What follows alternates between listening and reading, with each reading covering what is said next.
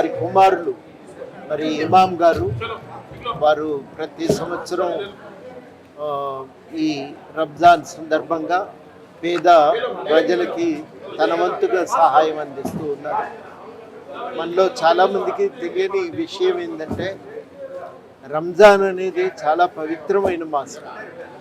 అది పవిత్రమైన మాసం అని ఎందుకంటున్నామంటే మనిషిగా బతకాలి, ప్రతి మనిషి సాటి మనిషి పట్ల ప్రేమభావంతో తన బాధ్యతలను నెరవేర్చాలి అని చెప్పి ఈ మాసం చెప్తుంది. అందుకనే ప్రతి ఒక్కళ్ళు రోజా ఉంటారు.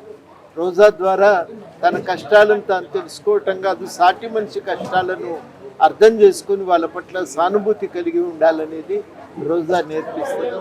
అదేవిధంగా జకత్ అంటే తనకున్న దాంట్లో కొంత దానం చేసి ఇతరుల పట్ల తన బాధ్యతను నెరవేర్చాలని ఈ మాసం చెప్తుంది.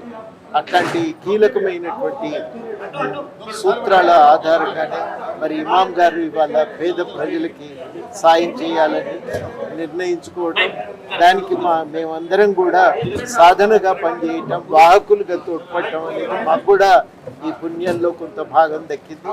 వారికి మేము ఈ సందర్భంగా అభినందనలు తెలియజేస్తూ, తప్పకుండా మీ పార్టీ అంటే కేవలం రాజకీయాలు చేయటమే కాదు, మనుషులకు తోచిన మేరకు ఆదుకోవటం అందులో ఒక బాధ్యత. గాంధీ గారు అయితే కన్స్ట్రక్టివ్ వర్క్ అంటారు, నిర్మాణాత్మక కార్యక్రమాలు నిర్వహించటం ఒక బాధ్యతగా ఉండాలనే మాట కూడా అంటారు. కాబట్టి పార్టీగా ఈ అన్ని కార్యక్రమాలను మేళవించుకొని మేము ముందుకు సాగుతూ ఉన్నాం.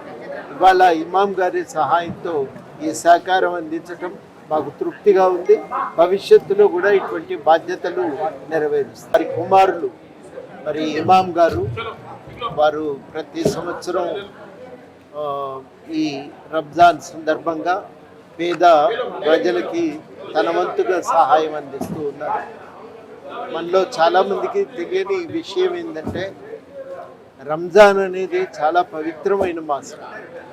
అది పవిత్రమైన మాసం అని ఎందుకంటున్నామంటే మనిషిగా బతకాలి, ప్రతి మనిషి సాటి మనిషి పట్ల ప్రేమభావంతో తన బాధ్యతలను నెరవేర్చాలి అని చెప్పి ఈ మాసం చెప్తుంది. అందుకనే ప్రతి ఒక్కళ్ళు రోజా ఉంటారు. రోజా ద్వారా తన కష్టాలను తాను తెలుసుకోవటం కాదు, సాటి మనిషి కష్టాలను అర్థం చేసుకుని వాళ్ళ పట్ల సానుభూతి కలిగి ఉండాలనేది రోజా నేర్పిస్తుంది. అదేవిధంగా జకత్ అంటే తనకున్న దాంట్లో కొంత దానం చేసి ఇతరుల పట్ల తన బాధ్యతను నెరవేర్చాలని ఈ మాసం చెప్తుంది. అట్లాంటి కీలకమైనటువంటి సూత్రాల ఆధారంగానే మరి ఇమాం గారు ఇవాళ పేద ప్రజలకి సాయం చేయాలని నిర్ణయించుకోవడం, దానికి మేమందరం కూడా సాధనగా పనిచేయటం, వాహకులుగా తోడ్పడటం అనేది మాకు కూడా ఈ పుణ్యంలో కొంత భాగం దక్కింది.